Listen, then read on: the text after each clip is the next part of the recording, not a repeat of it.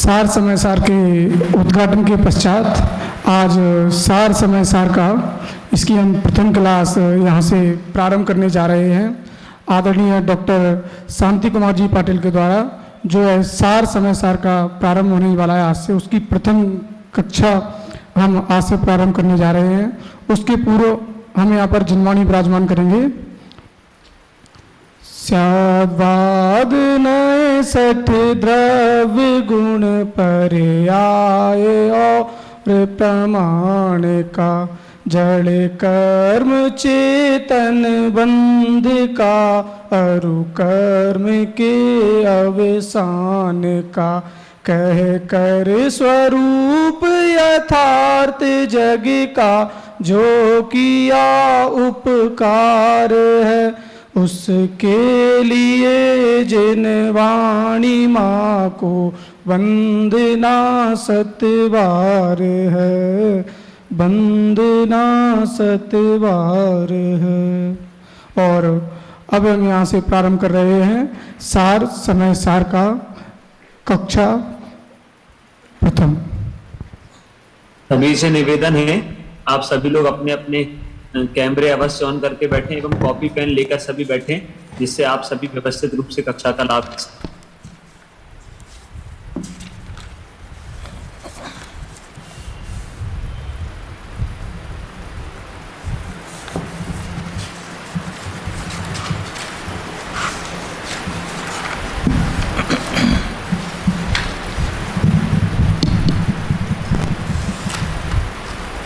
आचार्य अमृत चंद्रकृत आत्मख्याति संस्कृत टीका सहित श्रीमद् भगवत कुंद कुंदाचार्य देव प्रणीत समय सार।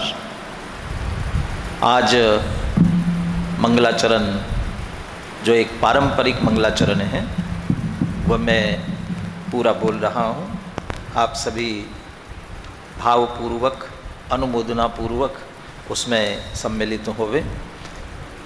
बहुत से लोगों को यह मंगलाचरण याद भी होगा, वे भी अपने मन में इसे दोहरा सकते हैं।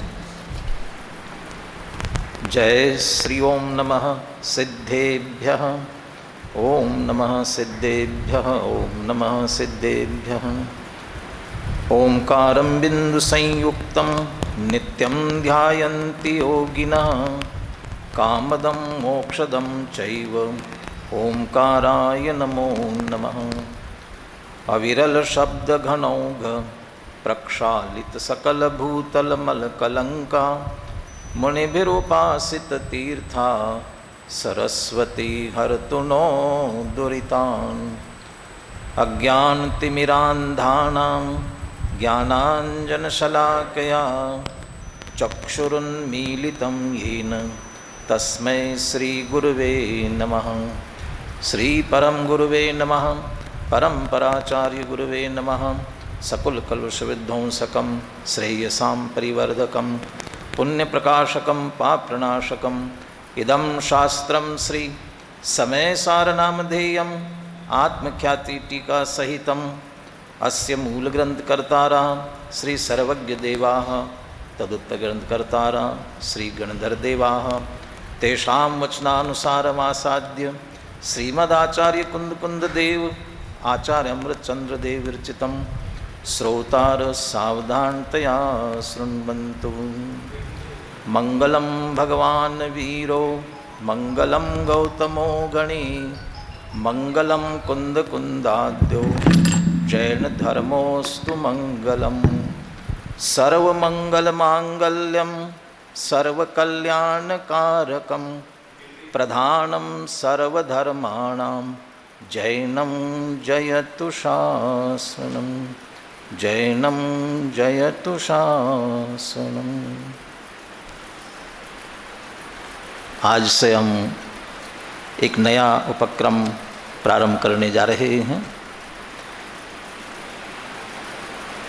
अपने आप को हम सौभाग्यशाली समझे कि हमें अभी तक आचार्यों की मूल वाणी उपलब्ध हैं और उस वाणी को हम उन्हीं की भाषा में समझ सकते हैं, समझने का सामर्थ्य भी रखते हैं।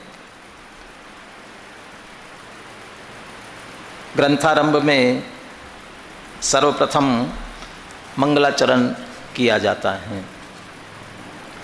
वैसे प्रारंभ अपन ने यहाँ से किया था कि सर्वश्रेष्ठ आचार्य कुंद देव हैं आचार्य परंपरा में, और जैन साहित्य में सर्वश्रेष्ठ ग्रंथादिराज समय सार हैं। समय सार लिखी हुई टीका आत्मख्याति और टीकाकार अमृतचंद्र देव, ये भी अपने आप में निश्चित रूप से सर्वोत्कृष्ट है। इन सब बातों की चर्चा कल उद्घाटन सत्र में अपन ने सुनी थी, इसलिए अब अधिक विलंब न करते हुए विषय प्रारंभ करते हैं। सर्वप्रथम मंगलाचरण। मंगलाचरण क्यों किया जाता है, मंगलाचरण का क्या कारण है? पंडित जयचंद जी छाबड़ा जो अपना विस्तृत मंगलाचरण लिखते हैं, उसमें उन्होंने एक छंद दिया हुआ है। अपनी कक्षा में कौन शाश्वत है उपस्थित?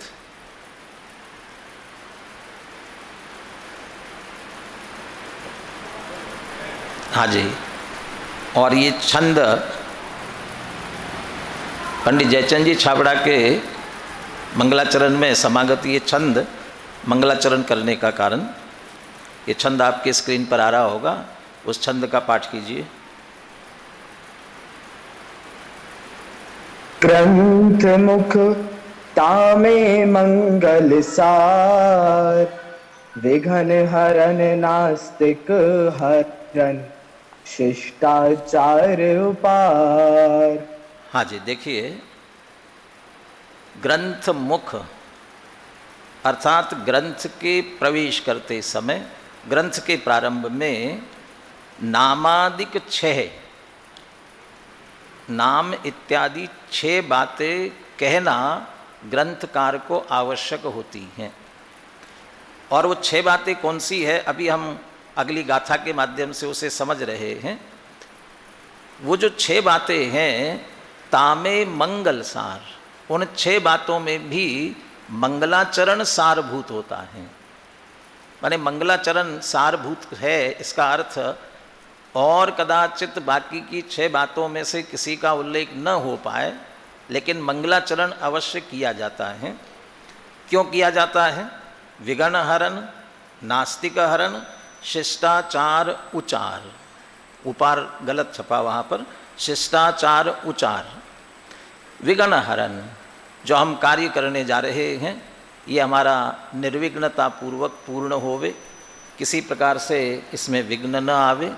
नास्तिक हरण, हम नास्तिक नहीं हैं, हम किसी इष्ट देव को मानते हैं जिनका हम स्मरण कर रहे हैं, इसलिए नास्तिकता का परिहार होता है।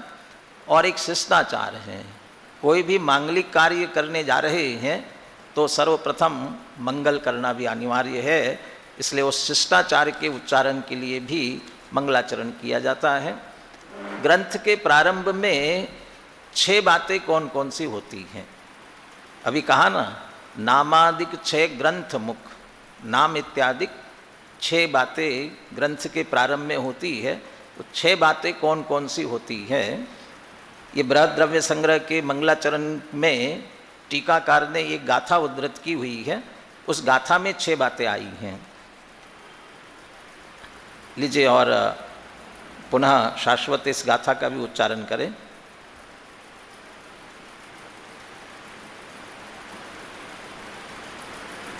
मंगल निमित्त हेयुम परिमाणम नामतः यक कतारम, वागर्य छप्पि पच्छा वखाणौ समत सत्मा रियो।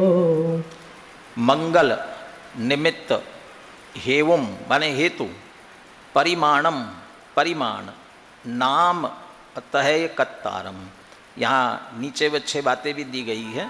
मंगल माने मंगलाचरण। दूसरा निमित्त, निमित्त का अर्थ होता है किनके निमित्त से यह ग्रंथ लिखा जा रहा है। अनेक आचार्य किनके लिए ग्रंथ लिख रहे इसका उल्लेख भी करते हैं, उसका नाम निमित्त। हेतु, हेतु माने किस उद्देश्य से लिख रहे हैं, प्रयोजन क्या है, हेतु। परिमाण, कितना परिमाण का ग्रंथ लिख रहे हैं, माने आप विस्तृत ग्रंथ लिख रहे हैं या संक्षेप में कथन कर रहे हैं, इसका उल्लेख भी करते हैं परिमाण। नाम, कौन सा ग्रंथ लिखने जा रहे हैं, उसका नाम क्या है। कर्ता, उस ग्रंथ के कर्ता कौन है। ये 6 ग्रंथ मुख, ये 6 बातें ग्रंथ के मुख्य माने प्रवेश में, प्रारंभ में होती है। और अभी अपन ने पढ़ा था तामे मंगल सार। बाकी की 5 बातें कदाचित उल्लेख न हो, लेकिन मंगलाचरण अवश्य होता है। इसीलिए इस समय सार ग्रंथ की टीका लिखने वाले अमृतचंद्र आचार्य सर्वप्रथम मंगलाचरण करते हैं। मंगलाचरण का प्रथम कलश। यहाँ हमारे चित्त में शंका हो सकती है कि पहले ग्रंथ या पहले टीका। कुंद आचार्य का ग्रंथ पहले लिखा गया ना, टीका तो बाद में लिखी गई, तो हमें कुंद आचार्य का मंगलाचरण पहले लेना चाहिए और फिर आत्मख्याति टीका का मंगलाचरण लेना चाहिए। परंतु हम आत्मख्याति टीका से चल रहे हैं और टीकाकार पहली गाथा की टीका लिखेंगे, उसके पहले अपना स्वयं का मंगलाचरण तो करेंगे ना। तो प्रारंभ में 3 कलश हैं, पहली गाथा से पहले 3 कलश हैं और आज का अपना पाठ्यक्रम इन तीनों कलशों का है, इसलिए बहुत अधिक विस्तार भी नहीं जाएंगे, आपको स्वयं समझना है। और प्रारंभिक विषय पुनः पुनः सुना हुआ भी है आपका, इसलिए अधिक विस्तार में जाने की आवश्यकता भी नहीं पड़ेगी, सहजता से आपको समझ में भी आ जाएगी बात। पहले और दूसरे कलश में मंगलाचरण है और तीसरा कलश उद्देश्य। इस टीका लिखने का अमृतचंद्र आचार्य का क्या उद्देश्य है, ये तीसरे कलश में कहेंगे। तो अपन मंगलाचरण का पहला कलश देख रहे हैं, मंगलाचरण का पहला कलश। चलिए इसका भी पाठ कीजिए।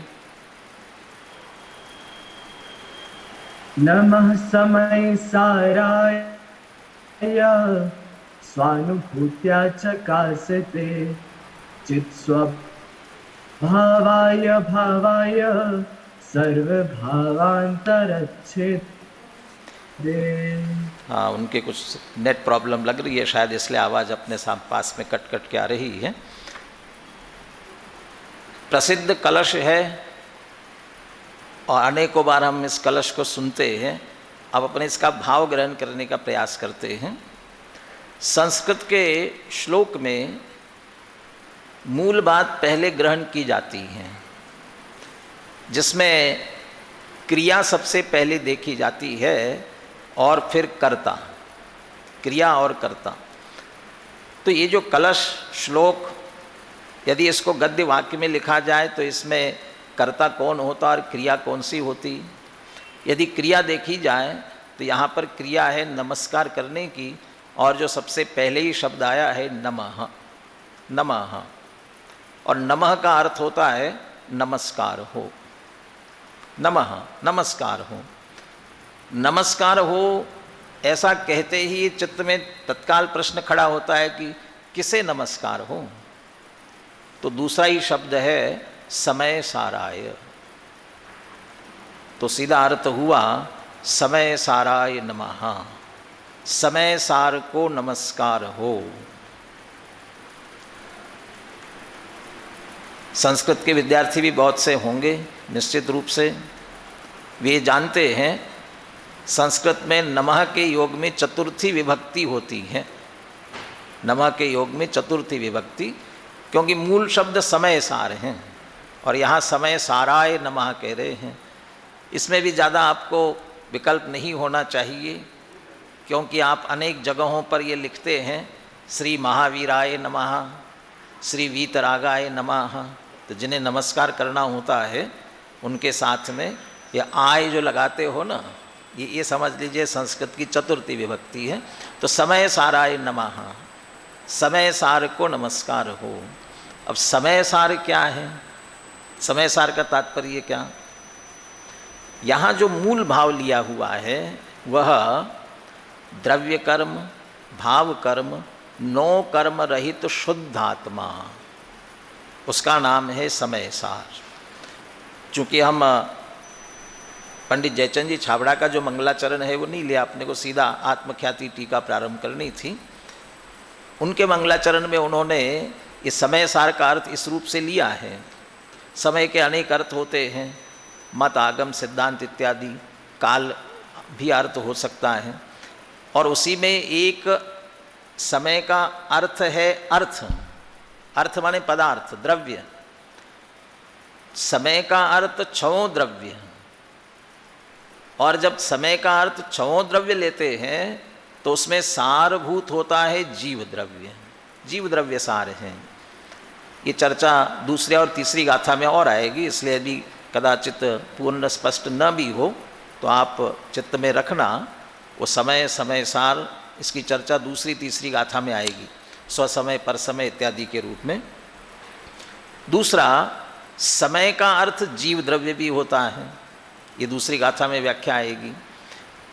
जब समय का अर्थ जीव द्रव्य होगा तब उसका सार क्या, माने समय का भी सार, वो होगा द्रव्य कर्म, भाव कर्म, नो कर्म से रहित शुद्ध आत्मा। अब एक बार सार निकाल लिया, फिर सार कैसे निकालते हो? ऐसा होता है। आम का वृक्ष है, आम के वृक्ष में हमारे लिए सारभूत क्या होता है? आम होता है। बाकी उसका तना, उसके पत्ते, बाकी से हमें कोई मतलब नहीं होता है, बस हमें तो आम से मतलब होता है। लोक में कहावत भी चलती है ना, आपको आम खाने से मतलब पेड़ गिनने से। पेड़ से क्या लेना देना, आपका उद्देश्य तो आम से है ना, तो आपने पेड़ में से आम सारभूत ले लिया। अब आप आम लेकर के आए हो, तो आम लिया तो आम खाते हो ना, तो क्या खाते हो? उसमें से भी रस निकाल करके फिर सार। ऐसे ही 6 द्रव्य में सार अपना जीव द्रव्य, और जीव द्रव्य में भी सारभूत द्रव्य कर्म, नो कर्म, भाव कर्म से रहित हमारा शुद्ध आत्मा, वो सार है, और वो समय सार है, और उसे यहाँ पर नमस्कार किया, नमः समय साराय। वो समय सार कैसा है, उसके विशेषण नीचे इसका अन्वय दिया है। जो विशेषण कलश में आए हैं उनको इस क्रम से समझना है हमें, इसलिए वो अन्वय लीजिए स्क्रीन पर। देखिए, इसमें क्रम इस तरह से लगाएंगे हम। भावाय शब्द पहले लेंगे, भावाय, चित स्वभावाय, सर्वभावांतरच्छिदे, स्वानुभूत्या चकासते समय साराय नमः। समय सार को नमस्कार हो। कैसा समय सार? सबसे पहले भावाय, माने भाव स्वरूप है। अब भाव का तात्पर्य क्या यहाँ पर? भाव माने, भाव शब्द के अनेक अर्थ होते हैं।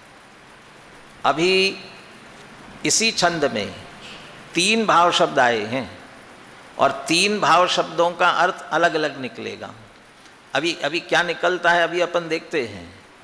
इसलिए पहला शब्द भावाय, दूसरा शब्द चित स्वभावाय, तीसरा शब्द है सर्वभावांतरच्छिदे, चौथा है स्वानुभूतियाँ चकासते, और समय साराय। ऐसा जो समय सारे उसे नमस्कार हो। भावाय माने क्या? तो पहले भावाय का अर्थ है सद्भाव रूप, जो है, सत्ता स्वरूप है, अस्तित्व रूप है, जो है, जो हो उसी की चर्चा की जाएगी ना।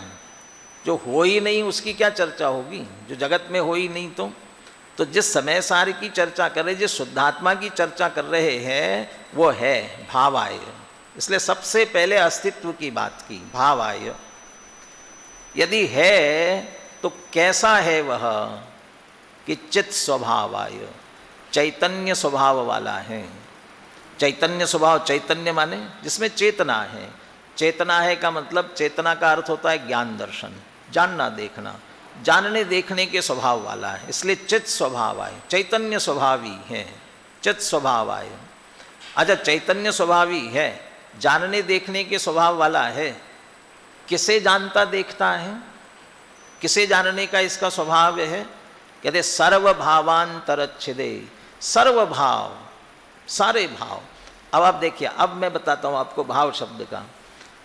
पहले शब्द में भाव शब्द आया, वहाँ अर्थ है द्रव्य, भाव आए जो द्रव्य स्वरूप है, अस्तित्व सत स्वरूप है, सद्भाव, और सद्भाव है इसका अर्थ है सद्द्रव्य लक्षणम, सत्ता व द्रव्य का लक्षण है। ये द्रव्य सत्ता है तो कैसी सत्ता, कौन सा द्रव्य? कि चैतन्य स्वभावी। अब दूसरे में जो भाव शब्द आया है वो गुण को बताने वाला है। चैतन्य है स्वभाव, जिसका अपना गुण है, चैतन्य गुण, ये भाव शब्द आया। और तीसरा भाव क्या है? सर्वभावांतरच्छेदे, सर्वभावों का अंतरछेदन करने वाला। अब तीसरा जो भाव सर्वभाव, ये भाव शब्द में छड़ाला की पंक्ति याद कीजिए जिसमें केवली भगवान के स्वरूप की बात की है। सकल द्रव्य के गुण अनंत पर्याय अनंता, जाने एके काल प्रगट केवली भगवंता। सकल द्रव्य, उनके गुण और उनकी पर्याय, इन सब को यहाँ भाव शब्द से लिया है। भाव सर्वभाव माने द्रव्य, उनके सारे गुण और उनकी सारी पर्याय, माने द्रव्य को भी भाव कहते हैं, गुण को भी भाव कहते हैं और पर्यायों को भी भाव कहते हैं। सर्वभाव अंतरछिदे, अंतरछिदे का मतलब अंतर में जाकर के उसको जानना, माने पूरी तरह से जानना। इसका अर्थ सबको जानने के स्वभाव वाला है। सर्वज्ञत्व शक्ति है ना, सर्वदर्शित्व शक्ति है ना, इसलिए सर्वभावांतरच्छिदे।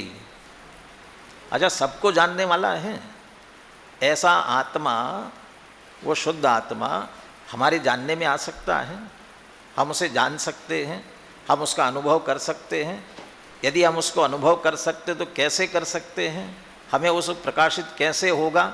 स्वानुभूतिया चकासते, अपने लिए यदि प्रकाशित होता है तो वह स्वानुभूति से होता है, स्वसंवेदन से होता है, अपने अनुभवन से होता है। इस तरह से इन चार विशेषणों के माध्यम से समय सार को नमस्कार किया। भावाय, चित स्वभावाय, सर्वभावांतरच्छिदे, स्वानुभूतिया चकासते, ऐसे इन चार विशेषणों वाला जो शुद्ध आत्मा है उसे नमस्कार हो। अभी अपन ने इसी में से ये बात समझ ली कि इस द्रव्य गुण पर्याय की सिद्धि यहाँ से होती है। मैंने कल कहा था कि ये 3 कलश हम लेने वाले हैं, शायद मैसेज डाल दिया होगा कि 3 कलश लेने वाले हैं, इसे आप जरूर देख करके आवे। जिन्होंने अनुशीलन पढ़ लिया होगा उनको बराबर ख्याल में आया होगा कि द्रव्य गुण पर्याय निकाल रहे हैं, क्योंकि जो जानते अरहंत को द्रव्य गुण पर्याय से, वे जानते निज आत्मा, दृग मोह उनका नाश हो। द्रव्य गुण पर्याय से जानना जरूरी है। यहाँ भी द्रव्य गुण पर्याय की बात ली, भावाय कह करके द्रव्य, क्योंकि सतरूप लिया और सद्द्रव्य लक्षणम। चित स्वभावाय, चैतन्य है, गुण जिसका, लक्षण जिसका, स्वभाव जिसका, इसलिए गुण। और पर्याय सर्वभावांतरच्छिदे, सबको जानना, पर प्रकाशन की अपेक्षा से सबको जानना और स्व प्रकाशन की अपेक्षा से स्वानुभूतियाँ चकासते, स्वानुभूति से जो प्रकाशित होता है ऐसी जिसकी पर्याय, ऐसा जो द्रव्य गुण पर्यायात्मक है, द्रव्य गुण पर्याय की भी सिद्धि इसमें से होती है। अब इसमें मतांतर की खंडन की बात भी आई, लेकिन उस बात को अपन गौन करते हुए आगे बढ़ते हैं। मंगलाचरण में तो इष्ट देव को नमस्कार किया जाता है, और यहाँ आप नमस्कार किसे कर रहे हैं? समय सारा है, शुद्ध आत्मा को नमस्कार हो। तो शुद्ध आत्मा को कैसे नमस्कार किया जाता है? एक पॉइंट आगे पीछे हुआ, चलिए शुद्ध आत्मा को नमस्कार करने की बात चलिए पहले ले लेते हैं। समय सारा है नमः, शुद्ध आत्मा को नमस्कार। तो शुद्ध आत्मा को नमस्कार कैसे होता है? भाई भगवान विराजमान होते हैं मंदिर में, हम उन्हें भगवान वो नमस्कार करते हैं, तो उन्हें इस तरह से हम नमस्कार करते हैं। लेकिन शुद्ध आत्मा तो हमारा आत्मा तो हमारे अंतर में है ना, जब हमारे अंतर में है तो उन्हें हम कैसे नमस्कार करेंगे? शुद्ध आत्मा को नमस्कार कैसे किया जाएगा? हर एक के नमस्कार करने की विधि अलग अलग होती है। भगवान को ऐसे नमस्कार करें और शुद्ध आत्मा अंदर में है तो कैसा करेंगे? हाथ ऐसा करके करेंगे? कैसे करेंगे भैया? शुद्ध आत्मा को नमस्कार करने की विधि अलग होती है। शुद्ध आत्मा को कैसे नमस्कार किया जाएगा? कि शुद्ध आत्मा को जानना, पहचानना, उसमें जमना रमना, उसमें अपने उपयोग को झुकाना, नमाना ही वास्तविक नमस्कार है। माने समय सार स्वरूप जो हमारा शुद्धात्मा है, हमारे उपयोग तो उसमें दर्शन ज्ञान भी है, चारित्र भी है, हमारे इन गुणों को, इनकी पर्यायों को अपनी ओर नमाना, अपनी ओर झुकाना, स्वसन्मुख होना, उसका ही नाम वास्तव में समय सार को नमस्कार है। ये ऐसा झुकना ये मात्र नमस्कार नहीं है। लेकिन हम तो नमः समय साराय कह करके ऐसा ही करते हैं। तब आप समझ लीजिए हम ग्रंथ का मंगलाचरण कर रहे हैं। इसलिए ग्रंथ को, ग्रंथकर्ता को, इन सबको नमस्कार है। और असली जब अंदर में हम शुद्ध आत्मा का लक्ष्य करेंगे, वो असली नमः समय साराय होगा। अंतिम बात इस कलश से संबंधित, मंगलाचरण में इष्ट देव को स्मरण किया जाता है। इष्ट देव को, यहाँ तो आप शुद्ध आत्मा को नमस्कार कर रहे थे, मंगलाचरण कैसे हुआ? इष्ट देव का स्मरण होना चाहिए ना। तो हाँ, कहते यहाँ इष्ट का ही नमस्कार है। जो शुद्धात्मा है वही वास्तव में सर्वोत्कृष्ट इष्ट है। इसका अगला ले लीजिए। चूंकि शुद्धात्मा है वह हमारा सर्वोत्कृष्ट इष्ट है, परम इष्ट है। क्यों? देवाधिदेव हैं। जिन देव मान करके नमस्कार करते हैं वे देव भी जिसके लक्ष्य से देव हुए हैं। जिन भगवंतों को हम नमस्कार करते हैं वे भगवान भी जिसके लक्ष्य से भगवान हुए हैं, वह हमारा शुद्धात्मा। हमारा माने वे अपनी शुद्धात्मा से हुए, इसलिए शुद्धात्मा परम इष्ट हैं। कुंद कुंद शतक में 2 गाथाओं के पद्यानुवाद लिए, आप सबको ख्याल में होगा। अरहंत सिद्धाचार्य पाठक साधु हैं परमेष्टिपण, सब आत्मा की अवस्थाएं आत्मा ही है शरण। अब आप बताइए, पंच परमेष्टि शरण है कि आत्मा शरण है? कौन शरण है? चत्तारी शरणम पवज्जामि, 4 की शरण में जाते हैं। लेकिन शरण का अर्थ क्या? ये तो बालबुद्ध पाठमाला में पढ़ चुके हैं हम। शरण का अर्थ पंच परमेष्टि की शरण माने पंच परमेष्टि द्वारा बताए हुए मार्ग से चलकर अपनी आत्मा की शरण लेना। माने इसका अर्थ सचमुच में वो शुद्ध आत्मा ही परम इष्ट है। क्योंकि जिसके आश्रय से, जिन्हें हम इष्ट देव मानते हैं, वो भी उसके आश्रय से इष्ट हुए हैं, इसलिए वास्तव में परम इष्ट हैं। इसलिए समय सार कह करके शुद्धात्मा को भी नमस्कार किया है, वह परम इष्ट को ही नमस्कार है। तो द्रव्य दृष्टि से वो शुद्ध आत्मा है। लेकिन समय सार का पर्याय दृष्टि से अर्थ निकाला जाए। अभी अपन ने समय सार का अर्थ किया था ना, द्रव्य कर्म, भाव कर्म, नो कर्म से रहित। अभी तो द्रव्य स्वभाव की बात की थी, शुद्ध आत्मा। परंतु जो द्रव्य कर्म, भाव कर्म, नो कर्म से रहित हुए ऐसे सिद्ध परमेष्ठी, नो कर्म शरीर से भी रहित हुए हैं। और जो 8 कर्मों से में से 4 द्रव्य कर्मों से और राग द्वेषादि भाव कर्मों से रहित हुए से अरहंत परमात्मा, जिन्हें कार्य समय सार कहते हैं। हमारा शुद्धात्मा कारण समय सार है। और ये प्रकट भगवान जो बने हैं पर्याय में, वो कार्य समय सार हैं। तो जब कारण समय सार अर्थ करते हैं तो शुद्ध आत्मा, और कार्य समय सार अर्थ करते हैं तो अरहंत और सिद्ध भगवान। तो समय साराय नमा कहने से अरहंत और सिद्ध भगवंतों को भी नमस्कार हो जाता है।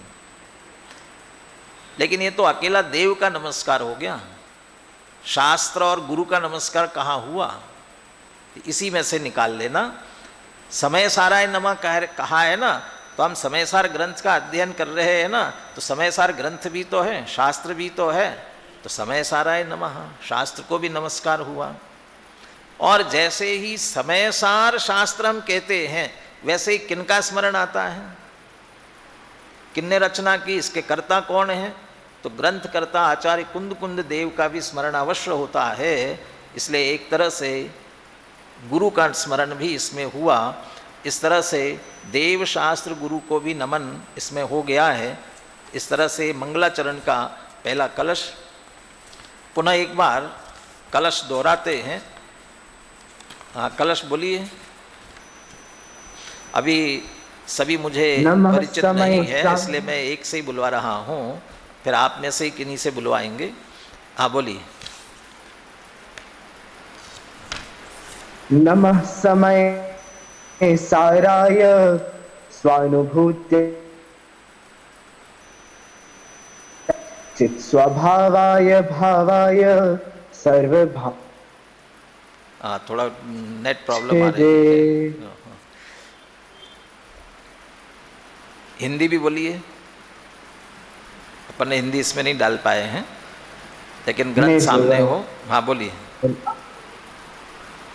निज अनुभूति से प्रगट चित स्वभाव चिद्रूप सकल गेय ज्ञायक नमो समय सार सद्रूप। चलिए, अब दूसरे कलश में जिनवाणी को स्मरण करते हैं, जिनवाणी को नमस्कार करते हैं। दूसरा कलश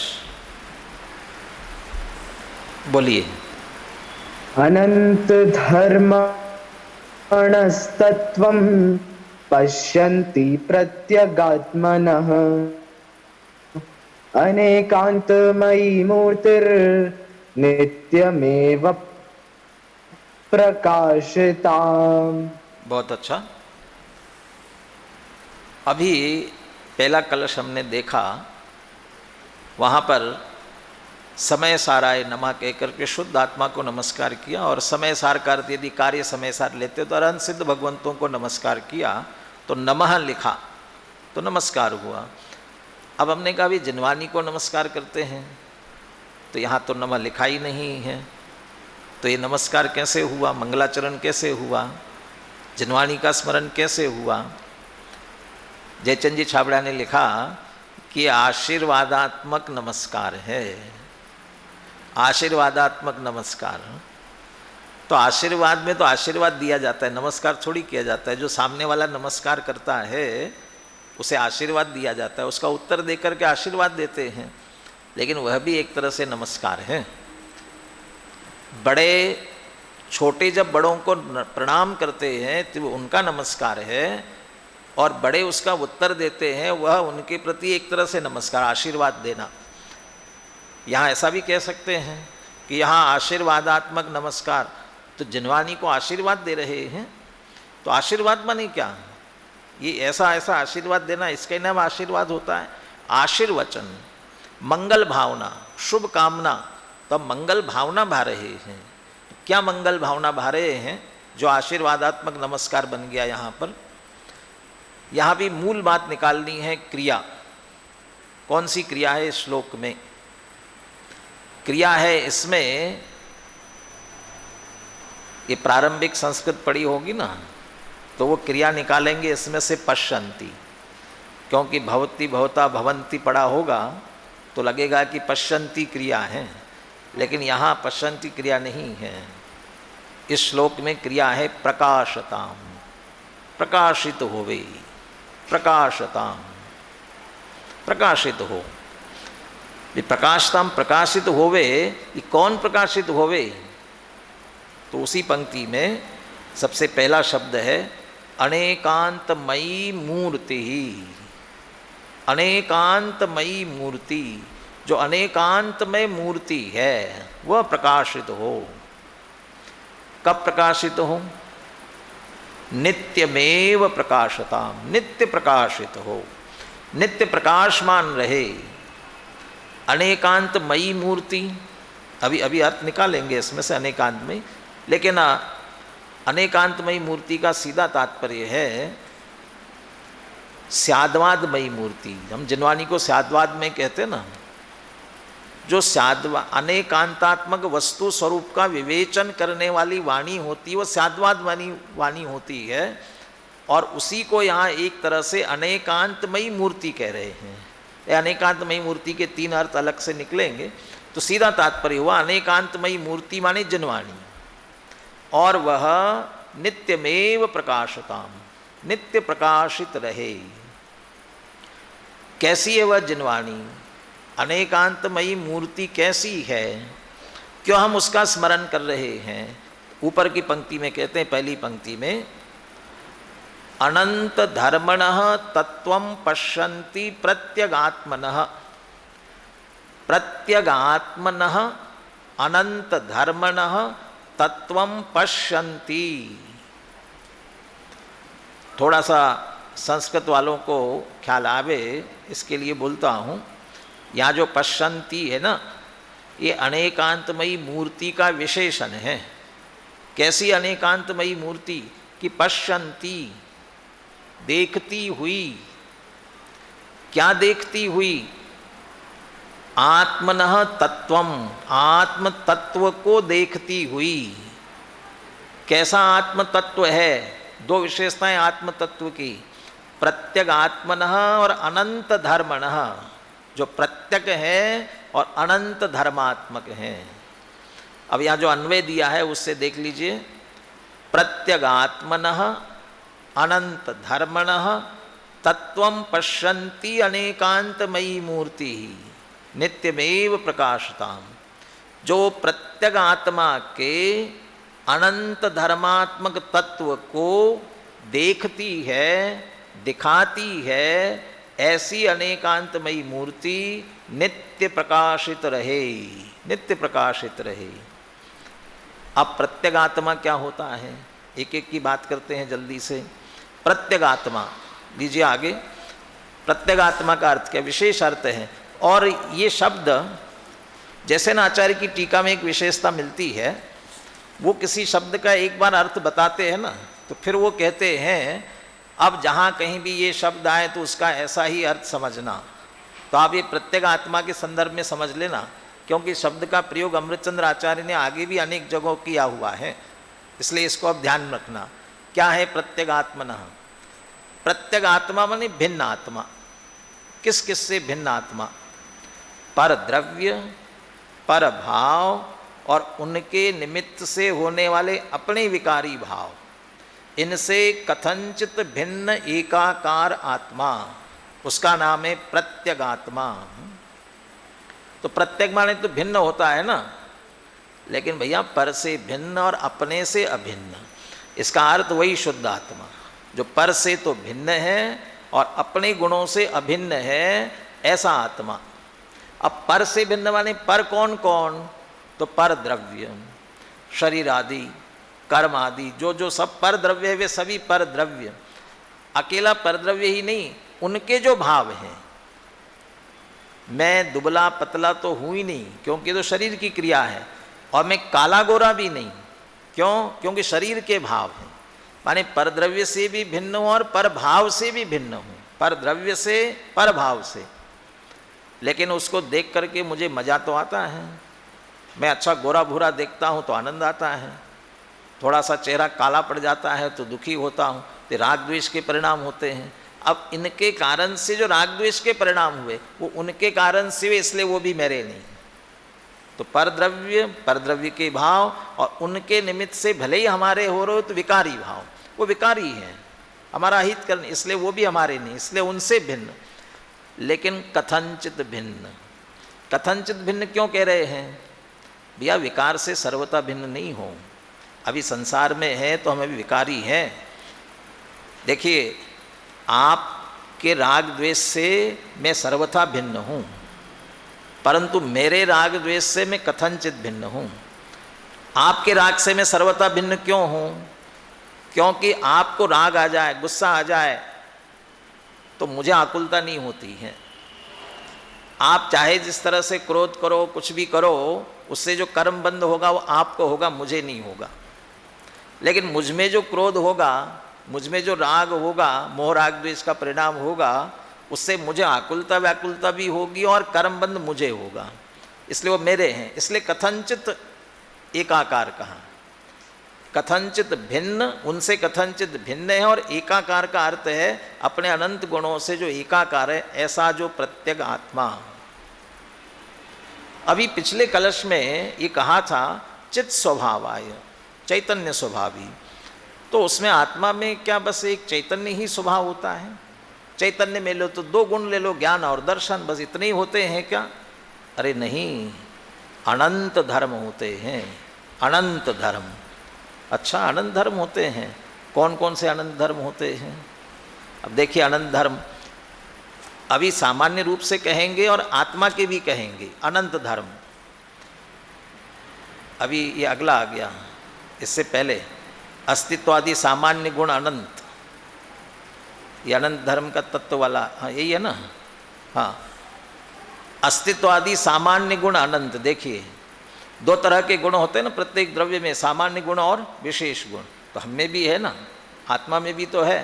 तो अस्तित्व नहीं, सामान्य गुण तो 6 होते हैं, ये 6 तो मुख्य होते हैं जिनसे हम वस्तु स्वरूप को समझते हैं, इसलिए 6 की चर्चा करते हैं। लेकिन अस्तित्व, वस्तु, अब ये भी आपसे पूछना चाहिए जो बैठे हुए हैं, स्वाध्याय भी बहुत से होंगे, लेकिन अभी मुझे आप पूरे स्पष्ट दिख नहीं रहे कौन कौन है, लेकिन अब धीरे धीरे परिचित होंगे तो पूछना भी शुरू करेंगे। अस्तित्व, वस्तुत्व, द्रव्यत्व, प्रमेयत्व, गुरुलघुत्व और प्रदेशत्व, ये तो 6 मुख्य हुए। ऐसे अस्तित्व आदि सामान्य गुण भी अनंत होते हैं।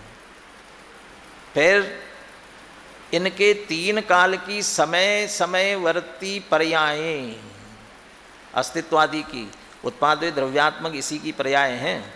वस्तुत प्रयोजनभूत क्रिया भी तो हो रही है, द्रव्यत्व प्रति समय बदल रहा है, माने इनकी 3 काल की समय समयवर्ती पर्याय अनंत, पर्याय रूप धर्म है, इसलिए उनको भी अनंत धर्म के अंतर्गत ले लिया। फिर एकत्व, अनेकत्व आदि परस्पर विरोधी धर्म युगल, ये धर्म अनंत, एक अनेक, नित्य अनित्य, भेद अभेद, इस तरह से जो धर्म युगल होते हैं जो अनेकांत की सिद्धि करने वाले, ऐसे धर्म युगल भी अनंत इत्यादि वचन गोचर धर्म है। ये शब्दों से कुछ कहे गए, ये तो वचनों से जो कहते हैं, वचन संख्यात है, उसमें जितने पकड़ में आते हैं उनकी तो चर्चा होती है, परंतु वचन के विषय नहीं, ऐसे विशेष रूप अनंत धर्म है। ये तो इतने धर्म है ही, और जिन शब्दों से हम नहीं कह सकते हैं, इतने अनंत धर्म हैं। लघुजैन सिद्धांत प्रवेशिका जब हम पढ़ते हैं तब एक द्रव्य में कितने गुण होते हैं ये सुना है ना, पूज्य गुरुदेव श्री से भी सुना अनेक को बार। इस विश्व में जीव द्रव्य अनंत हैं, और पुद्गल द्रव्य कितने हैं? जीव द्रव्य से अनंतानंत गुणे पुद्गल है, उससे अनंत गुणे पुद्गल। पुद्गल द्रव्य से अनंत गुणे 3 काल के समय, और 3 काल के समय से अनंत गुणे आकाश के प्रदेश, और आकाश के प्रदेशों से अनंत गुणे गुण एक द्रव्य में होते हैं। और ऐसा मैं आत्म द्रव्य, आत्मा भी द्रव्य हूँ, तो मुझ में भी ऐसे अनंत धर्म है। ऐसा अनंत धर्म नः, ये अनंत धर्म नः का अर्थ है, अनंत धर्मात्मक। और ऐसे शब्दों से हमें अपने आप में महिमा आनी चाहिए, क्या मेरा द्रव्य स्वभाव, ऐसा अनंत धर्मात्मक द्रव्य स्वभाव। परंतु इसका तत्व क्या है? अनंत धर्म का तत्व क्या है? तत्व क्या होता है? फिर से अब अनंत धर्म तो तत्व क्या है? तत्व पकड़ते हैं उसका भाव, उसका सार क्या है? वो अनंत धर्म का भी तत्व है क्या? उसका भी तत्व है। कौन सा तत्व है? वो अनंत धर्म का तत्व है चेतनत्व। चेतनत्व जो है वो आत्मा का तत्व है अनंत धर्मों में भी। क्यों? चेतनत्व असाधारण धर्म है। 6 प्रकार के द्रव्यों में जाति अपेक्षा जीव, पुद्गल, धर्म, अधर्म, आकाश, काल, उसमें से पुद्गल, धर्म, अधर्म, आकाश, काल इनमें किसी में नहीं है, मात्र आत्मा में, जीव में है, इसलिए असाधारण धर्म। आगे लिखा ना, अचेतन में द्रव्यों में नहीं, अचेतन द्रव्यों में नहीं है, अन्य अचेतन द्रव्यों में नहीं पाया जाता, इसलिए असाधारण, माने वो विजातीय द्रव्य है, भिन्न द्रव्य है। और जो सजातीय द्रव्यों में अपना अपना है। सजातीय माने अपन भी सभी जीव है ना, तो सब जीवों में एक ही चेतनत्व होगा ना, एक सा, ऐसा नहीं है। आप में आपका चेतनत्व है, मुझ में मेरा चेतनत्व है। जितने बैठे हैं, जितने जीव है, उन सब का अपना अपना सजातीय, हम सभी जीव जीव जो सजातीय है, लेकिन सब में अपना अपना चेतनत्व है। यदि हम सबका एक ही चेतनत्व होता ना, तो न तो मुझे पढ़ाना पड़ता ना आपको पढ़ना पड़ता। जो जो मैं जानता होता ना, वो सब आप अपने आप जान लेते। वहाँ चेतनत्व एक ही तो है, लेकिन ऐसा नहीं है। आपका चेतनत्व अपना है, हमारा चेतनत्व अपना, हर एक का, माने हर एक का चेतनत्व अपना अपना है। लेकिन इसे तत्व क्यों कह रहे हैं? कहते यह चेतनत्व अनंत धर्मों में व्यापक है। अभी जो अनंत धर्म कहे थे ना, यदि मेरे जो अनंत धर्म है उसमें मेरा चेतनत्व व्याप्त है, मेरे अनंत गुण है, वे सब चैतन्य में हैं। मेरा अस्तित्व जानता है, मेरा वस्तुत्व जानता है, मेरी सत्ता जानने रूप में चैतन्य रूप है। माने मेरे अनंत धर्मों में चेतनपना व्याप्त है। पुद्गल के धर्मों में जड़पना व्याप्त है, मूर्तिकपना व्याप्त है, उसके अनंत धर्म मूर्तिक है। ऐसा आत्मा में चेतनत्व है, वह आत्मा के अनंत धर्मों में व्याप्त है, व्यापक है। इसलिए कह रहे हैं कि वह चैतन्यपना है, वह आत्मा का तत्व है। माने आत्मा को चैतन्य रूप देखना, अनंत धर्मात्मक और चैतन्य रूप। अनंत धर्मण तत्वम, पर से भिन्न, अपने से अभिन्न, अनंत धर्मात्मक चैतन्य में ऐसे आत्म तत्व को पश्यन्ति। पश्यन्ति मतलब क्या? अनेकांतमयी मूर्ति पश्यन्ति। पहले अनेकांतमयी मूर्ति क्या होती है? ये सरस्वती है। हम कहते जनवाणी, जनवाणी को अनेक नामों से कहते हैं, माँ सरस्वती, शारदा, बहुत सारे नाम कहते हैं ना, श्रुत देवता, तो उसमें एक सरस्वती भी है। लेकिन सरस्वती की सच्ची मूर्ति कौन सी? जगत में तो सरस्वती की मूर्ति विद्यालयों में जाके आपने देखा होगा, स्कूलों में बाहर ही लगी हुई होती हैं, सफ़ेद वस्त्र पहने हुए, हाथ में वीणा लिए हुए, मयूर पर बैठे हुए, ऐसी होती है ना। कहते वो सच्ची सरस्वती की मूर्ति नहीं है। कौन है सरस्वती? अनेकांतमयी मूर्ति सरस्वती, जिनवाणी, माँ शारदा कौन है? वो कहते हैं सम्यक ज्ञान स्वरूप सरस्वती की सत्यार्थ मूर्ति। सम्यक ज्ञान, जो सम्यक ज्ञान है वह वास्तव में सरस्वती की मूर्ति है। ये तो कल्पनाएं की गई। धन को भी देवी माना गया, लक्ष्मी देवी, ऐसे ज्ञान को भी देवी मान लिया, सरस्वती देवी। अब शक्ति को भी देवी मान लिया, दुर्गा, पता नहीं क्या क्या। तो ये सामर्थ्य वाले हैं, गुण स्वभाव है, ये उनको शक्ति और ऐसे देवियों के रूप में मान लिया। सरस्वती को भी देवी माना, लेकिन कहते हैं सरस्वती वास्तव में सम्यक ज्ञान है। अब सम्यक ज्ञान को यहाँ दो रूपों में लेना है, क्योंकि जिनवाणी की बात है इसलिए। एक तो केवल ज्ञान और दूसरा श्रुत ज्ञान। मति ज्ञान वह जिनवाणी के रूप में नहीं कहा जाता है, श्रुत ज्ञान ही लेते हैं। इसलिए केवल ज्ञान, श्रुत ज्ञान। और जो श्रुत ज्ञान है वो भी दो तरह से होता है, द्रव्य श्रुत और भाव श्रुत। द्रव्य श्रुत और भाव श्रुत। अब पश्यन्ति माने देखना, दिखाना, ये दोनों अर्थ लेना है। तो केवल ज्ञान रूप जो अनेकांतमयी मूर्ति है, सम्यक ज्ञान रूपी सरस्वती मूर्ति है केवल ज्ञान वाली, वह तो आत्म तत्व को प्रत्यक्ष देखती है, क्योंकि केवल ज्ञान है। वो केवल ज्ञान रूप सरस्वती की मूर्ति सम्यक ज्ञान, वह तो आत्म तत्व को प्रत्यक्ष देखता है, केवल ज्ञान। और दूसरा जो अर्थ है श्रुत ज्ञान, वह परोक्ष देखता है, क्योंकि वह परोक्ष ज्ञान है। मति श्रुत दो ये परोक्ष, अक्ष मनते उपजाई। तो मति ज्ञान श्रुत ज्ञान परोक्ष है, तो श्रुत ज्ञान आत्म तत्व को परोक्ष देखता है। परोक्ष देखता है का मतलब जिनवाणी में पढ़ करके, अनुमान करके ऐसा जानता है, और केवल ज्ञान है वो प्रत्यक्ष देखता है। अब यहाँ श्रुत ज्ञान में भी दो है, एक भाव श्रुत ज्ञान और एक द्रव्य श्रुत ज्ञान, एक ज्ञानात्मक और एक वचनात्मक। जो जान रहे हैं वो श्रुत ज्ञान हमारा, और जो ये जिनवाणी है ना शब्द वाले, इसको भी श्रुत ज्ञान कहते हैं। ये श्रुत ज्ञान है, ये श्रुत है, द्रव्य श्रुत कहलाता है। अब ये द्रव्य श्रुत आत्म तत्व को दिखाती है, बताती है कि आत्मा कैसा है। हमने कहाँ से जाना? जिनवानी से जाना। हम समय सार का सार पढ़ रहे, क्योंकि हमें शुद्धात्मा समझना है, तो इसमें से हम समझेंगे ना शब्दों में से, तो ये द्रव्य श्रुत है। तो द्रव्य श्रुत दिखाता है, केवल ज्ञान प्रत्यक्ष देखता है, भाव श्रुत ज्ञान जो भावात्मक है, ज्ञानात्मक है, वह परोक्ष देखता है आत्म तत्व को, और जो द्रव्य श्रुतात्मक है यह दिखाता है, बताता है। ऐसी अनेकांतमयी मूर्ति पश्यन्ति, देखना और दिखाना जिसका स्वरूप है वो नित्यमेव प्रकाशताम, नित्य प्रकाशित रहे। जिनवाणी नित्य प्रकाशित रहे। तो नित्य प्रकाशित रहे इसका अर्थ क्या है? देखिए, केवल ज्ञानी भगवान यदि होते हैं, तीर्थंकर देव होते हैं, तो उनकी दिव्य ध्वनि खिरती है और उसके माध्यम से देशना सबको उपलब्ध होती है, देशना सबको मिलती है। तो जब तीर्थंकर साक्षात होते हैं तब तो वाणी प्रकाशित रहती ही है, परंतु अब तीर्थंकर नहीं है तो हमें वह कैसे उपलब्ध होगी?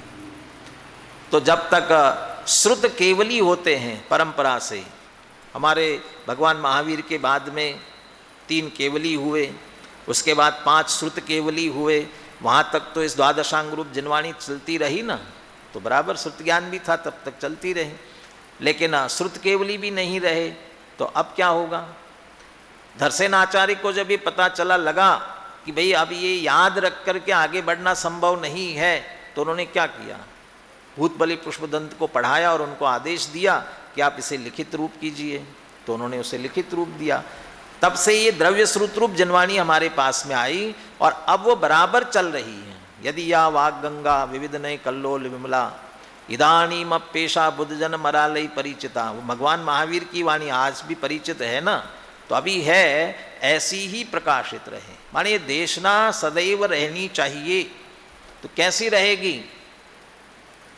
हमने पढ़ा, आपको पढ़ाया, अब आप पढ़ रहे हैं, आप अपने बच्चों को आगे और पढ़ाएंगे। ऐसा करते करते जिनवाणी चलती रहनी चाहिए। नित्यमेव प्रकाशताम, प्रकाशित रहे और उसमें हमारा भी निश्चित रूप से किसी न किसी प्रकार से योगदान रहे, ये हमारी भावना है, ताकि देशना सदैव उपलब्ध रहे, सबको मिलती रहे और सभी उस देशनालब्धि के माध्यम से सम्यक्त्व की प्राप्ति करे। ये मुख्य रूप से उद्देश्य है। इसलिए ऐसी जिनवाणी को नमन किया, जिनवाणी को नमस्कार किया, नित्यमेव प्रकाशताम कह करके। आप में से कोई श्लोक बोलना चाहेगा इसी श्लोक को? हैंड रेस कीजिए। जो इस श्लोक को पढ़ करके बोल सकते हैं, बुलवाइए आकाश जी। अरे वाह, सभी तैयार है भाई। श्लोक डाल दीजिए स्क्रीन पर और बुलवा लीजिए। हाँ,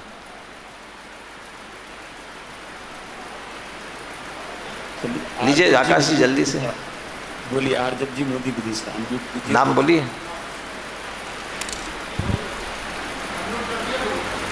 हाँ जी,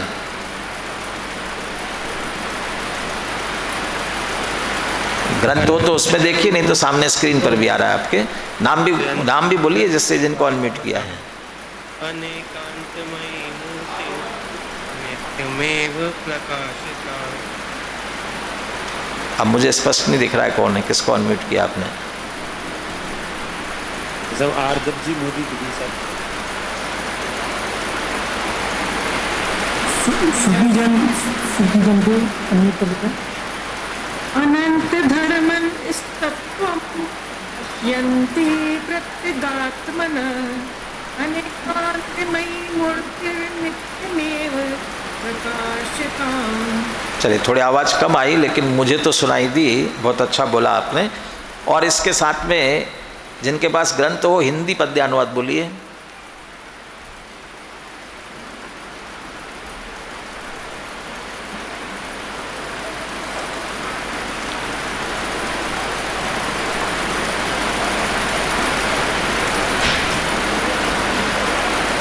नाम भी बोलिए जिससे ख्याल आए।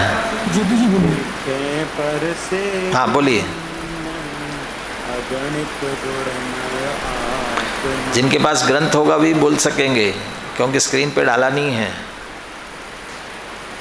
देखें पर से भिन्न अगणित गुणमय आत्मा, अनेकांतमय मूर्ति सदा प्रकाशित ही रहे। आवाज नहीं आ रही उनकी? बोलिए, शाश्वत को बोलने दीजिए। बोलिए, शाश्वत बोलिए।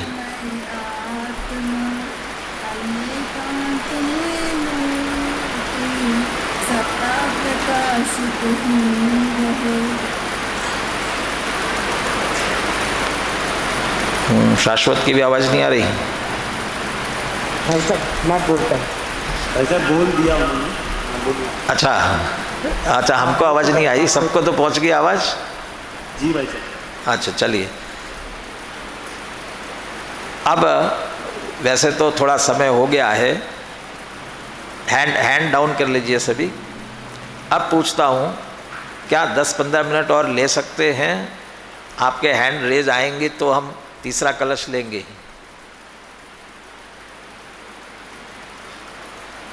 मेरे स्क्रीन पर जितने दिख रहे सबके हैंड रेज हो रहे हैं, इसका मतलब हम चल सकते हैं, ताकि आज का टारगेट हमारा पूरा होवे। और कल अपने को पहली गाथा भी करनी है, तो आप कल पहली गाथा को स्वयं अच्छी तरह पढ़ करके आएंगे तो आपको समझने में भी आसानी होगी। चलिए, ये तीसरे कलश का संस्कृत का पाठ करवाइए। और इसमें अमृतचंद्र आचार्य आत्मख्याति टीका, इसमें समय सारे व्याख्या शब्द का प्रयोग कर रहे हैं। उसके लिखने के पीछे उनका उद्देश्य क्या है, इसकी चर्चा कर रहे हैं और साथ में अपना परिचय भी दे रहे हैं। बोलिए। परिणति हेतु मोहनाम्नोऽनुभावात्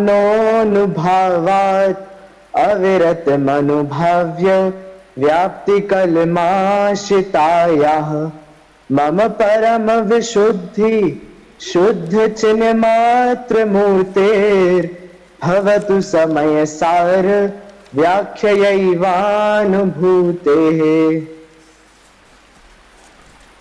क्या भावना भा रहे हैं?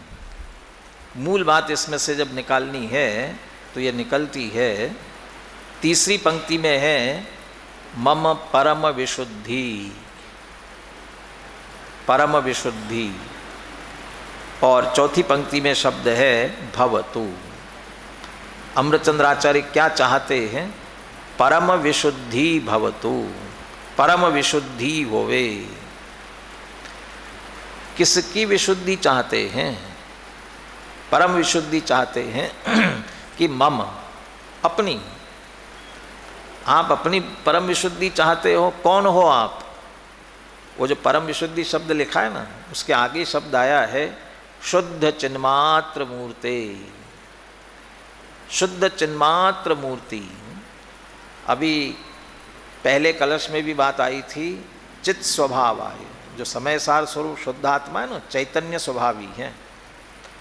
पुनः दूसरा कलश देखा था अनंत धर्मणः तत्वम, और तत्व शब्द का अर्थ किया था चेतनत्व, क्योंकि वो अनंत धर्मों में व्यापक है, वह आत्मा का तत्व है, इसमें चैतन्यपना। ऐसे चिन्मात्र मूर्ति, चैतन्य, शुद्ध चैतन्य मात्र मूर्ति। कितने भी खोट मिला हुआ सोना होगा तो भी उसमें जो सोना होता है वह सोना अपने आप में शुद्ध ही होता है, सोना सोना होता है। ऐसे ही द्रव्य स्वभाव से देखा जाए, भले देह देवल में होवे, किसी रूप में भी होवे, लेकिन जो आत्मा है वो शुद्ध चैतन्य से बना हुआ। इसलिए अमृतचंद्र आचार्य तो कहते हैं शुद्ध चैतन्य मात्र मूर्ति, शुद्ध चैतन्य की मूर्ति। जब शुद्ध चैतन्य मूर्ति हो तो फिर विशुद्धि क्यों चाहते हो? शुद्ध ही है ना, शुद्ध चिन्मात्र मूर्ति। कहते ऐसा होने पर भी मेरी जो अनुभूति है वह कलुषित हो रही है।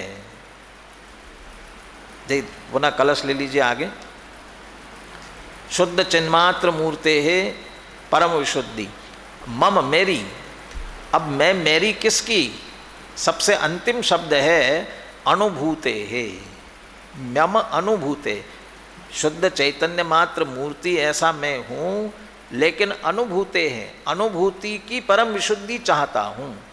अनुभूति की विशुद्धि आप चाहते हो, अनुभूते है। अनुभूति की विशुद्धि क्यों चाहते हो? क्योंकि अनुभूति वर्तमान में कल्माशिताया, दूसरी पंक्ति, अब मेरे पास कर्सर रखना पड़ेगा, कल्माशिताया, दूसरी पंक्ति में नीचे जो अंतिम शब्द है ना, कल्माशिताया, कलुषित हो रही है, कल्माशित हो रही है। ये किसके कारण से अनुभूति मेरी कल्माशित हो रही, कलुषित हो रही, किसके कारण से हो रही है? पर परिणति हेतोर प्रारंभ से, पर परिणति हेतोर मोह नामनोनुभावात अविरतम अनुभाव्य व्याप्ति।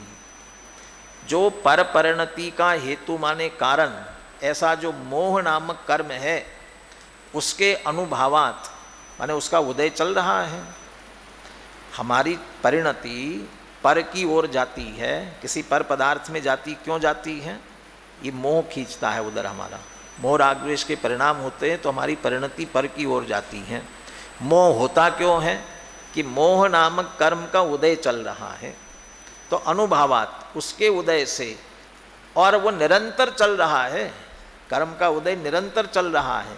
और अविरतम अनुभाव्य, उससे क्या हो रहे हैं? उसके अनुभावात, उनके उदय से अनुभाव्य, यहाँ भाव हो रहे, कौन से? राग द्वेष के, मोह राग द्वेष के। वे जो भाव हो रहे हैं व्याप्ति कल्माशता है, वो मेरे परिणति में व्याप रहे हैं, अनुभूति में व्याप रहे हैं। और अनुभूति व्यापने से कल्माशताया, जो मेरी अनुभूति कलुषित हो रही है, उस कलुषित अनुभूते है परम विशुद्धि भवतु, परम विशुद्धि होवे। किससे होवे? समय सार व्याख्या एव, समय सार की व्याख्या से। ये जो मैं समय सार की व्याख्या लिखने जा रहा हूँ, जिसके लिए मैंने अभी मंगलाचरण किया, अमृतचंद्राचार्य कह रहे हैं, और सरस्वती जनवाणी का स्मरण किया, और अब मैं समय सार की व्याख्या आत्मख्याति टीका लिखने जा रहा हूँ। बस इसके माध्यम से वह परम विशुद्धि होवे। अमृतचंद्राचार्य आत्मख्याति टीका किस लिए लिख रहे हैं? अपने अनुभूति की परम विशुद्धि के लिए। परम विशुद्धि, परम विशुद्धि चाहते हैं, इसका अर्थ है उनकी विशुद्धि है। ये अन्वय दिया मैंने नीचे, इसको भी देख लीजिए। एक वाक्य यदि बनाएंगे तो ऐसा बनेगा, पर परिणति हेतु हो मोह नामना अनुभावात। पर परिणति का कारण जो मोह नामक कर्म, अनुभावात माने उसके उदय से, अविरतम माने निरंतर, अनुभाव्य उसके कारण होने वाले राग द्वेष के परिणाम, व्याप्ति, वो व्याप रहे हमारे परिणामों में। कल्माशिताया, उससे कलुषित हो रहे हैं। कौन? मम अनुभूते है, मेरी अनुभूति। अमृतचंद्राचार्य कह रहे मेरी अनुभूति, मैं हूँ कैसा? चिन्मात्र मूर्ति, चैतन्य मात्र मूर्ति। ऐसे मेरे वो अनुभूति की कलुषता हो रही है, उसकी परम विशुद्धि समय सार व्याख्या एव भवतु, इस समय सार की व्याख्या से होवे। दो तीन बातें इसमें समझना है। निमित्त की अपेक्षा से ये कहा गया कि पर परिणति का कारण मोह कर्म का उदय है, वास्तव में हमारी कमजोरी है, जिसके कारण हमारे में राग द्वेष के परिणाम उत्पन्न होते हैं। दूसरी बात, अमृतचंद्राचार्य कौन से गुणस्थान में थे? छठे सातवें गुणस्थान में। वे ये कह रहे हैं कि मेरी अनुभूति कलुषित हो रही है, और मोह नामक कर्म के उदय से उस अनुभूति में कलुषता व्याप रही है। कौन सी कषाय होंगी मुनिराज की? छठे सातवें गुणस्थान वाले भावलिंगी संत की सिर्फ संज्वलन कषाय। और वो संज्वलन कषाय के उदय से जितना राग हो रहा है, क्या राग आ रहा था उनको संज्वलन कषाय से? वो कह रहे ये समय सार की व्याख्या लिखने का राग आ रहा है ना, यही राग, और इसी राग से कलुषित हो रही परिणति। ये राग आया, समझाने का राग आया, भव्य जीवों को कुछ बात मिले, शुद्धात्मा की बात मिले, कुंद कुंद आचार्य की वाणी लोग समझ सके, ऐसा जो विकल्प आया। और ऐसे भी जो संज्वलन जनित कषायों के उदय से जो चित्त में जितनी कलुषता हो रही होगी, उसी ही कलुषता कह रहे हैं। और वह इसका अर्थ तीन कषाय चौकड़ी के अभाव की शुद्धि तो उनकी थी, लेकिन परम विशुद्धि नहीं थी, पूर्ण शुद्धता नहीं थी। मुनिराज तो कहते हैं ना, अभी होली चली गई, होली का एक भजन हम बोलते हैं, हमें तो पूर्ण दशा ही चाहिए, साधी अनंत का आनंद लहिए, पतली धारण भाए वन में। ये तीन कषाय चौकड़ी का अभाव तो हुआ, लेकिन संज्वलन जनित राग बाकी है, उतनी आकुलता चल रही है, वो भी नहीं चाहिए, पूर्ण शुद्धि चाहिए। अब कैसे हो? समय सार की व्याख्या से। तो समय सार की व्याख्या से हो जाएगा। समय सार की व्याख्या करने से, समय सार की व्याख्या करने का राग आ रहा है, उससे तो कलुषित हो रही है, फिर उससे कैसे होगा? जब समय सार की व्याख्या करेंगे तो समय सार में जिस शुद्धात्मा का वर्णन किया है उसी का चिंतन मनन चलेगा। तो शुद्धात्मा के जोर वाला ग्रंथ और उसकी टीका व्याख्या करते समय उसी शुद्धात्मा का जोर आएगा, तो परिणति अंदर स्वसन्मुख होगी, और अंदर स्वसन्मुख होगी, ये कलुषता भी चली जाएगी और परम विशुद्धि की प्राप्ति होगी। वह इस तरह से परम विशुद्धि की इच्छा रखते हैं। इसका अर्थ वे और कोई अपेक्षा नहीं करते हैं इसकी व्याख्या लिखने के लिए। आज दोपहर में आत्मार्थी ट्रस्ट दिल्ली से समय सार पर संगोष्ठी हो रही थी, और उसमें मेरा विषय समय सार और आत्मख्याति ही था। उसमें मैंने पहला वाक्य बोला था, अमृतचंद्र आचार्य ने आत्मख्याति के लिए नहीं लिखी थी, आत्मख्याति के लिए लिखी थी। क्या मतलब? आत्मख्याति के लिए नहीं लिखी थी, आत्मख्याति के लिए लिखी थी। पहली आत्मख्याति का मतलब वे अपनी नाम बढ़ाई नहीं चाहते थे, अपनी प्रसिद्धि नहीं चाहते थे, वे सिर्फ आत्मस्वरूप की प्रसिद्धि चाहते थे। दो तरह से, एक तो आत्मा का स्वरूप क्या है ये जगत को प्रसिद्ध होवे, और दूसरा मुझे स्वयं प्रसिद्ध होवे। वैसे तो प्रसिद्ध है, लेकिन परिपूर्ण आत्मा प्राप्त होकर के मैं परिपूर्ण परमात्मा बन जाऊं, बस एकमात्र उद्देश्य था और कोई दूसरा उद्देश्य नहीं था। दो तीन पॉइंट इसमें मैं अपन ने लिए हैं। एक तो सबसे पहले अमृतचंद्र आचार्य ने अपना परिचय क्या दिया। अमृतचंद्र आचार्य दो तरह से परिचय देते हैं। पहले द्रव्य दृष्टि से, द्रव्य दृष्टि से क्या परिचय देते हैं? मैं तो शुद्ध चैतन्य मात्र मूर्ति हूँ, शुद्ध चिन्मात्र मूर्ति कहा ना, ये द्रव्य दृष्टि से उनका परिचय, शुद्ध चिन्मात्र मूर्ति। और ये बात भी समझ लीजिए, जो ये समझता है कि मैं वैसे तो शुद्ध हूँ, लेकिन अभी पर्याय में मलिनता आई है, वो शुद्धता प्राप्त कर सकता है। इसलिए द्रव्य दृष्टि से ख्याल में है शुद्ध चिन्मात्र मूर्ति, लेकिन पर्याय की स्थिति क्या है वर्तमान में? राग द्वेष से मलिन परिणति वाली अनुभूति सहित। माने तीन कषाय चौकड़ी के अभाव की शुद्धता तो है, लेकिन संज्वलन जनित अभी अशुद्धि बाकी है, उतनी मलिनता है पर्याय में, ये बराबर वे समझ रहे हैं। तो ये दो तरह से अपना परिचय उन्होंने दिया। और वे क्या चाहते हैं, ये परपरिणति और अनुभाव, इसकी भी व्याख्या की है आगे। छठवें सातवें गुणस्थानवर्ती मुनि होने से अगला पॉइंट ले लीजिए, मात्र संज्वलन कषाय की मलिनता है, उसमें भी समय सार की व्याख्या करने के विकल्प के कारण अनुभूति में मलिनता आ रही है। मोह का अनुभव माने फलदान सामर्थ्य सहित उदय, मोह नामनो अनुभावात लिखा ना, अनुभाव, विपाको अनुभवा लिखा ना तत्वार सूत्र में, विपाको अनुभवा, फल देने की शक्ति सहित उदय आना। तो मोह कर्म का उदय, राग का उदय, संज्वलन कषाय वो भी चारित्र मोहनी का है, तो उसके उदय से अनुभाव्य, उसके अनुसार होने वाले परिणाम, राग द्वेष, इससे जो कलुषित परिणति है। चूँकि यहाँ अमृतचंद्र आचार्य की बात है, इसलिए वास्तव में राग लेना चाहिए, द्वेष का कोई परिणाम उनको होता नहीं है। इसलिए और यही राग जो आ रहा है, हमें समझाने का विकल्प आ रहा है, वह अनुभाव्य है। अब समय सार की व्याख्या से अनुभूति की परम विशुद्धि कैसे होती है? शुद्धात्मा के निरूपक शास्त्र की व्याख्या के काल में परिणति का जोर निरंतर स्वभाव की ओर ही रहने से परम विशुद्धि होगी। व्याख्या के कारण आत्मा के ही चिंतन मनन में उपयोग लगा रहेगा, उससे परम विशुद्धि होगी। ऐसी भावना अमृतचंद्र आचार्य ने व्यक्त की है। इस तरह से आत्मख्याति के मंगलाचरण से संबंधित दो कलश और व्याख्या लिखने के पीछे क्या उद्देश्य है, उससे संबंधित ये तीसरे कलश, इसकी अपन ने चर्चा की है। थोड़ा धैर्य रखना, धीरे धीरे समझ में भी आएगा। कठिन लगे तो घबराना नहीं। और हिंदी है ना आपके पास में, कदाचित आगे संस्कृत में भी कठिन लगे तो हिंदी आपके पास में, उससे पढ़ना। आचार्यों के मूल शब्द कान पर पढ़ना दुर्लभ है, इसलिए शांति से सुनने का प्रयास करना।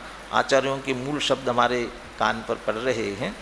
परीक्षा की जानकारी आपको दी गई है, लेकिन घबराइए मत, परीक्षा कंपलसरी नहीं है। ये तो परीक्षा तो ये 50 के बाद में कहते सबको टेस्ट करना चाहिए। 50 साल की उम्र के बाद में सबको टेस्ट, कौन से? ये तो शरीर के टेस्ट करना चाहिए ना। किस लिए करते हो? कि भैया कोई रोग तो नहीं हुआ है, और हुआ हो तो हम उसका जल्दी से इलाज करा ले। भाई ऐसे ही टेस्ट है भैया, हमने पढ़ा, हमारी कितनी समझ में आया, ये तो हमें जांचने के लिए है। इसलिए जो देना चाहे वो दे सकते हैं, नहीं देना चाहे कोई ज़बरदस्ती नहीं। इसके पीछे पहले से मैदान छोड़ने की ज़रूरत नहीं है, अरे सबको देना अनिवार्य नहीं है। आप सुनिए, शांति से समझने का प्रयास कीजिए और धीरे धीरे चलेंगे इसी तरह से। कल पहली गाथा आप टीका सहित हिंदी में पढ़ लीजिए, अपन संस्कृत से चर्चा करेंगे, लेकिन आप हिंदी में पढ़ करके आएंगे तो आपको समझ में आ सकेगा। हाँ, तीसरा कलश हमें इसका पाठ करना है, थोड़ा सा पाठ करवाई तीसरे कलश का।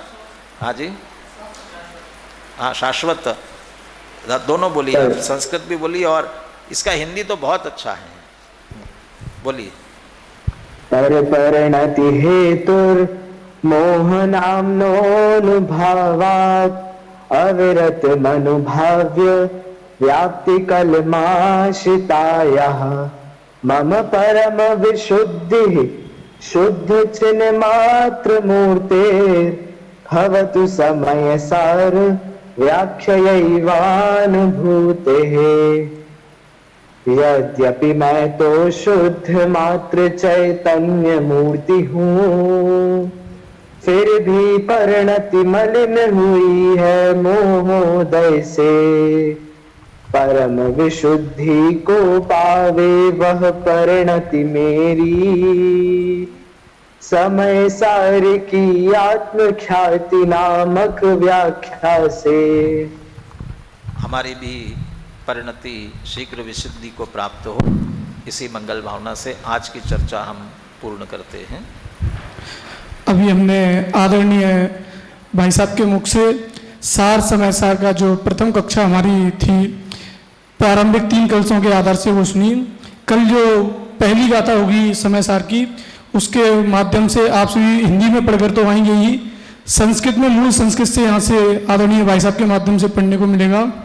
बहुत लोगों के मैसेज आ रहे हैं कि वो कैसे इसको ज्वाइन कर सकते हैं, तो इसकी लिंक फिर से हमने प्रारंभ कर दिया रजिस्ट्रेशन की।